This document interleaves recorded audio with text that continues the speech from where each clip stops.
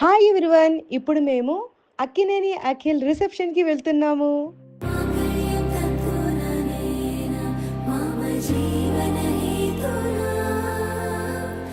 ఈరోజు సండే కాబట్టి మా మీటికి కూడా ఈ రిసెప్షన్‌కి రావడానికి పర్మిషన్ ఇచ్చేసాను.